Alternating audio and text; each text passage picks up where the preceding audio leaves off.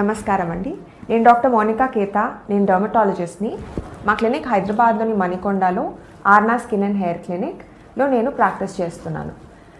ఇప్పుడు మనము జుట్టు రాలడానికి అనేక కారణాలు ఏమిటి అనేది తెలుసుకుందాం. ఫస్ట్లీ మనకి ఏదైనా అనారోగ్యం మూలంగా బాధపడితే గనక, ఫర్ ఎగ్జాంపుల్ ఫీవర్స్ కానీ, ఎటువంటి వీక్నెస్ కానీ, హెల్త్ వీక్నెస్ కానీ, లేదంటే ఈవెన్ కరోనా మూలంగా కానీ మనము within 3 to 6 months after this illness hair అనేది రాలుద్ది. ఇది ఎందుకు జరుగుతుంది అంటే మన హెయిర్లోని స్టెమ్ సెల్స్ డ్యామేజ్ అవ్వడం మూలంగా జుట్టు రావడం అనేది జరుగుతుంది. మోస్ట్లీ లేడీస్కి పోస్ట్ డెలివరీ 3 to 6 months వరకు కూడా మీరు నోటీస్ చేస్తే హెయిర్ ఫాల్ అనేది చాలా కామన్గా జరిగే, it's a normal physiological phenomenal. So దీంట్లో అదర్ దాన్ ఇల్నెస్ ఇంకా వేటి మూలంగా హెయిర్ రాలొచ్చు అంటే హైపోథైరాయిడిజం, అంటే థైరాయిడ్ హార్మోన్ సెక్రీషన్ తగ్గినప్పుడు, లేదంటే డయాబెటీస్ ఉన్న వాళ్ళకి, లేదంటే ఎలాంటి న్యూట్రిషనల్ డెఫిషియన్సీస్ అంటే vitamin B12, D, iron deficiency ఇలాంటివి ఉంటే కూడా కామన్గా హెయిర్ ఫాల్ అనేది జరుగుతుంది. అది కాకుండా వేరే hormone imbalances, for example polycystic ovaries ఉన్నప్పుడు హార్మోన్ ఇంబ్యాలెన్స్ మూలంగా కూడా హెయిర్ అనేది ఫాల్ అవుతుందన్నమాట. సో ఇంకొకటి ఏంటంటే మన హెయిర్ 3 phases ఉంటుంది. ఈ హార్మోన్ ఇంబ్యాలెన్స్ జరిగినప్పుడు హెయిర్ అనేది షెడ్డింగ్ ఫేస్లోకి ఎంటర్ అవుతుందన్నమాట. అంటే హెయిర్కి growing face, resting face and shedding face 3 different phases ఉంటాయి. మామూలుగా 3 years వరకు అడల్ట్స్ అందరికీ hair every follicle, every strand grows for 3 years. తర్వాత ఇంచుమించు for a span of 3 months or so resting ఫేస్లోకి ఎంటర్ అవుద్ది. ఆ తర్వాత up to a month it can go into shedding phase. So నార్మల్గా ప్రతి ఒక్కళ్ళకి కూడా in a year at one time of a year మన హెయిర్లో 10% షెడ్డింగ్ ఫేస్లోకి నార్మల్గా ఎంటర్ అవ్వచ్చు. సో ఫర్ ఎగ్జాంపుల్ మీకు 1 month నుంచి హెయిర్ ఫాల్ ఉంది, up to 50 strands in a day you are losing. You don't have to panic, ఎందుకంటే ఫిజియలాజికల్గానే మీ హెయిర్ షెడ్డింగ్ ఫేస్లోకి ఎంటర్ అవుతుంది. వెన్ షుడ్ యూ ప్యానిక్ అంటే for over 2 months of time మీ hair more than 100 strands you are losing, then you have to worry about it. ఎందుకంటే మన స్కాల్ప్లో ఉన్న మిలియన్స్ ఆఫ్ హెయిర్లో 10% can go into a shedding face at one point of time. ఇంకొకటి ఏంటంటే మీరు notice చేయాల్సింది ఎంత హెయిర్ ఫాల్ అవుతుంది కాకుండా సమ్ టైమ్స్ మీకు గ్రో బ్యాక్ అయ్యే హెయిర్ థిన్గా గ్రో అవుతుంది. ఫర్ ఎగ్జాంపుల్ మెన్లో కానీ ఫీమేల్స్లో కానీ ఈ పోర్షన్ ఆఫ్ ద హెయిర్ అంటే right on top of your scalp up extending all the way back ఇక్కడ వరకు థిన్నింగ్ మీరు నోటీస్ చేస్తే గనక దట్స్ బికాస్ మీకు రాలిన వెంట్రుకలు టర్మినల్ హెయిర్ కాకుండా థిన్ హెయిర్ గ్రో అవుతుంది ఆ ప్లేస్లో. వాటిని మనం మినియేచర్స్ అంటాం. మీరు గమనిస్తే గనక మీ హెయిర్ ఫాల్ జరుగుతున్నప్పుడు మీ హెయిర్ స్ట్రాండ్ ఏదైతే ఫాల్ అవుతుందో అది షార్ట్గా థిన్గా ఉంది అంటే these are all your miniature hairs అనమాట. అంటే దే ఆర్ అన్హెల్దీ హెయిర్స్. ఎప్పుడు ఈ అన్హెల్దీ హెయిర్స్ గ్రో అవుతాయి అంటే మన బాడీలో డైహైడ్రోటెస్టోస్టెరాన్ అనేది ఒక మెటబోలైట్ ఆఫ్ టెస్టోస్టెరాన్. అంటే టెస్టోస్టెరాన్ బ్రేక్ అయినప్పుడు DHT అనేది ఇట్స్ ఎ యూజ్లెస్ మెటబోలైట్. దానివల్ల మన బాడీలో ఎటువంటి యూజ్ లేదు.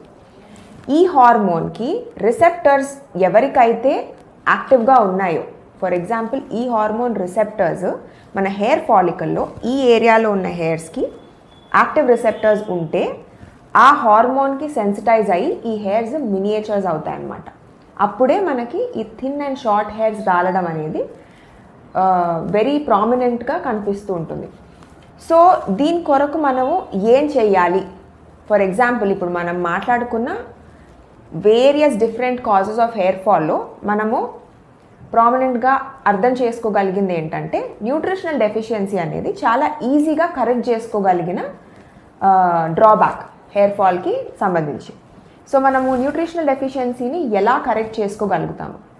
ఏం తింటే ఈ న్యూట్రిషన్స్ మనకు అందుతాయి మన హెయిర్కి, హెయిర్ గ్రోత్కి సంబంధించిన న్యూట్రిషన్స్? మొదటిది ఏంటంటే హెయిర్ అనేది కెరటిన్ ఫైబర్తో కూడిన ఒక ఆర్గన్ మన బాడీలో. సో కెరటిన్ అనేది ప్రోటీన్. సో మనం ప్రోటీన్ రిచ్ ఫుడ్ తింటే హెయిర్ గ్రోత్ అనేది బాగా జరుగుతుంది. ప్రోటీన్ రిచ్ అంటే మనకు తెలిసిందే ఇప్పుడు వెజిటేరియన్స్ అంటే కనుక దాల్స్, సోయాబీన్తో చేసిన టోఫు అంటే సోయా పనీర్, లేదంటే కనుక మొలకెత్తిన గింజలు, ఇంకా డ్రై ఫ్రూట్స్, ఆల్మండ్స్, బాదం పప్పులు, వాల్నట్స్, ఇవన్నీ కూడా very rich in protein. So దీన్ని మనము we can consume it in any form. అంటే మోస్ట్ ఆఫ్ ద థింగ్స్ ఏవైతే రాగా కన్జ్యూమ్ చేయగలుగుతామో like sprouts should be consumed raw. Cook చేస్తే వాటిలో ఉన్న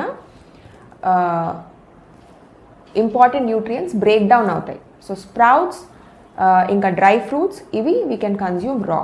వేరే dals and all that we have to cook చేసుకొని కన్జ్యూమ్ చేస్తే ఇట్స్ బెటర్. ఇంకా non vegetarians can have eggs, chicken, fish, ఇవన్నీ కూడా they are much more nutritious than the vegetarian sources. So మీరు ఇవి కన్జ్యూమ్ చేస్తే కనుక మీకు అవసరమైన పోషకత్వాలంతా అందుతాయి. ఇది కాకుండా మనం గ్రీన్ లీఫీ వెజిటబుల్స్ ఎక్కువగా తీసుకుంటే, ఆకుకూరలు, అందులో ఉన్న ఐరన్ ఇంకా యాంటీ ఆక్సిడెంట్స్ మూలంగా మన హెయిర్ ఇంకా హెల్దీగా పెరుగుతుంది. ఈ ఔషకత్వాలన్నీ మనకి అందాల్సిన టైం ఏంటి అంటే ఎస్పెషలీ మన హెయిర్ రాలి మళ్ళీ రీగ్రో అయ్యే ఫేస్లో ఇట్ రిక్వైర్స్ మోర్ న్యూట్రియంట్స్. ఎలా అంటే మన హెయిర్ గ్రో అవుతున్నప్పుడు it needs to reform all the fibres, ఈ కెరటిన్ ఫైబర్స్ అన్ని రీఫార్మ్ చేయాలి. ఆల్సో మనకి ఆ గ్రోత్కి సంబంధించిన సెల్స్ యాక్టివ్గా ఉండాలి అంటే దానికి కూడా it's going to consume a lot of energy and nutrients. So మనము ఈ వైటమిన్స్, మినరల్స్ కూడా గుడ్ క్వాంటిటీస్లో తీసుకోవాలి. అన్నిటికన్నా rich sources of vitamins and minerals మనకి fruits and vegetables. So daily any 2 fruits, full fruits, juice రూపంలో కాదు, the whole fruit like 1 citrus fruit, దాంతోపాటు ఒక పామోగ్రనేట్, ఇలాంటివి మనము తీసుకుంటూ ఉండాలి. జ్యూస్ తీసుకుంటే ఏమవుతుంది అంటే దాంట్లో ఎక్కువగా షుగర్స్ ఉంటాయి. Sugars are not good for అస్.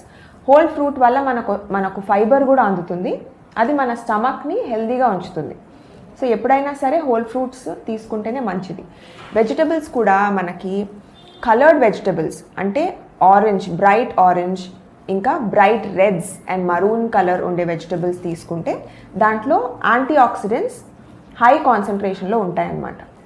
అప్పుడు మనకి మన బాడీలో ఏదైతే ఆక్సిడేటివ్ స్ట్రెస్ వల్ల వచ్చే డ్యామేజ్, ఆక్సిడేటివ్ స్ట్రెస్ అంటే ఏంటి, మనం రోజు ఈ పొల్యూషన్లో తిరుగుతాము, సన్లైట్ ఎక్స్పోజర్ ఎక్సెసివ్గా ఉండొచ్చు కొన్నిసార్లు, అండ్ ఆల్సో మనం తినే ఫుడ్లో ఉన్న ఎటువంటి కలరింగ్ ఏజెంట్స్ కానీ, ఫ్లేవర్స్ కానీ, ఈవెన్ ఎక్స్పోజర్ టు పెస్టిసైడ్స్, వీటన్నిటి మూలంగా మన బాడీలో మైక్రో డ్యామేజ్ అనేది జరుగుద్ది. దాన్నే మనం ఆక్సిడేటివ్ స్ట్రెస్ అంటాం.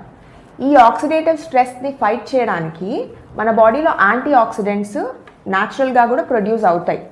బట్ ఎక్స్టర్నల్గా మనం తీసుకోగలిగే యాంటీ ఆక్సిడెంట్స్ మూలంగా మనకి ఇంకొంచెం లాభం ఉంటుంది.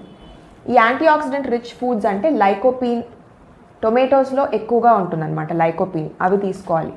అండ్ ఆల్సో క్యారటనాయిడ్స్ ఎక్కువగా ఉండేవి ఈ orange coloured fruits and vegetables like papaya, carrot, ఇవన్నీ కూడా మనకి చాలా మంచిది. ఇవన్నీ కన్జ్యూమ్ చేయాలి. మనం ఎటువంటి ఫుడ్ అసలు తీసుకోకూడదు అంటే షుగర్స్, రిఫైన్డ్ షుగర్, ఇంకా మిల్క్ ప్రోడక్ట్స్, డైరీ అంటాం అనమాట. ఇవి తీసుకోవడం మూలంగా ఏమవుతుందంటే మన బాడీలో ఇన్సులిన్ అనే హార్మోన్, ఇన్సులిన్ రెసిస్టెన్స్ అంటాం అనమాట. ఇన్సులిన్ రెసిస్టెన్స్ మూలంగా కూడా మనకి ఈ హెయిర్ థిన్నింగ్ అనేది జరుగుద్ది ఇండైరెక్ట్లీ. ఎస్పెషలీ విమెన్లో ఇన్సులిన్ రెసిస్టెన్స్ మూలంగా ఫీమేల్ ప్యాటర్న్ హెయిర్ లాస్ అంటే ఆడవారిలో బట్టతలలాగా రావడం, పీసీఓఎస్ మూలంగా కూడా ఇది జరుగుతుంది. షుగర్ తీసుకున్నప్పుడు ఇన్ ఫార్మ్ ఆఫ్ స్వీట్స్ కానీ లేదంటే మీ కాఫీ టీల్లో కానీ ఎక్కువగా తీసుకుంటే దాని నుంచి అడ్వాన్స్ గ్లైకేషన్ ఎండ్ ప్రోడక్ట్స్, ఏజీఈపీస్ అంటాం అనమాట, ఇవి రిలీజ్ కూడా అవుతాయి. దీనివల్ల కూడా మనకు ఆక్సిడేటివ్ స్ట్రెస్ ఉండొచ్చు. సో ఇవి మనం కంప్లీట్గా అవాయిడ్ చేయాల్సిన ఫుడ్ మీకు ఆల్రెడీ హెయిర్ థిన్నింగ్ కనుక ఉంటే ఆ పరిస్థితిలో.